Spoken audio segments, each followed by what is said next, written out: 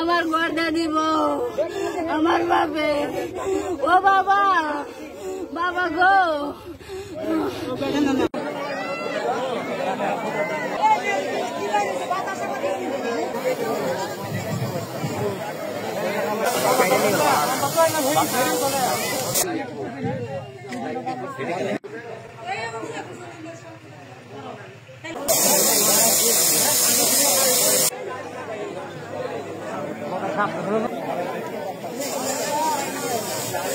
আমি Mohammad Rafiqul Islam sub officer.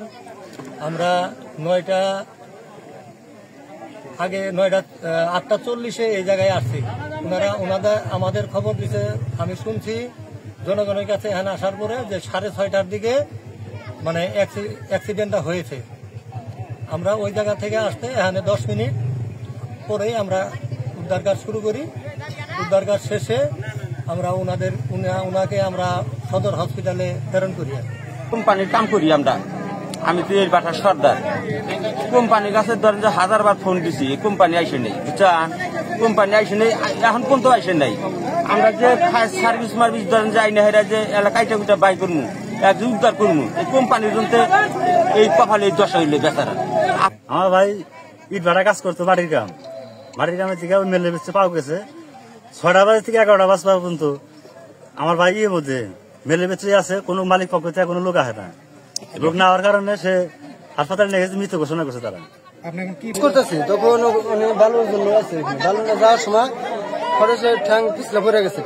যাওয়ার পরে আরেক ঠ্যাং পাওয়া যাবে না, ডালা আছে যে উঠবো, ওটার সঙ্গে ধাপ করে পড়ে গেছে।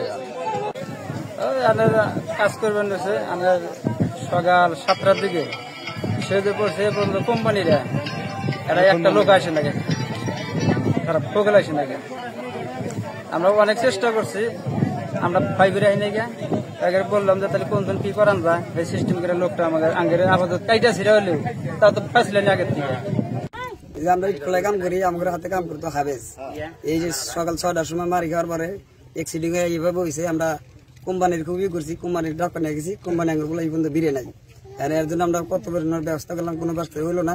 পরে ফায়ার সার্ভিস হয় না, পরে কাইটা কুইটা বাইকের পরে হাসপাতালে এই লোক মারা গেছে, চিকিৎসা করে লোক মারা গেছে। এটা আমরা আমার বড় ভাই মোহাম্মদ হাবেজ সকাল 6টা বাজে ইটের বাটা গোটাখান পড়ছে, পইটা পরে মেলাক্ষণ ভাইদের সাথে মানে কারোবারও করছে। আমার ভাই করো আমার ছোট ভাই তুলছে,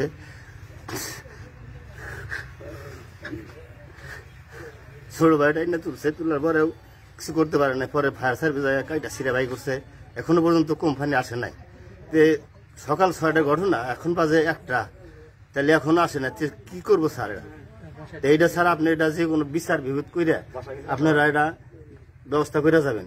আর কোম্পানির বাসায় সকালে গেছাল, তারা আজও পর্যন্ত এখনো পর্যন্ত খবর নিল না। এছাড়া এটা কি ভাই কি স্যার? গরিব মানুষের কোনো মূল্য নাই স্যার।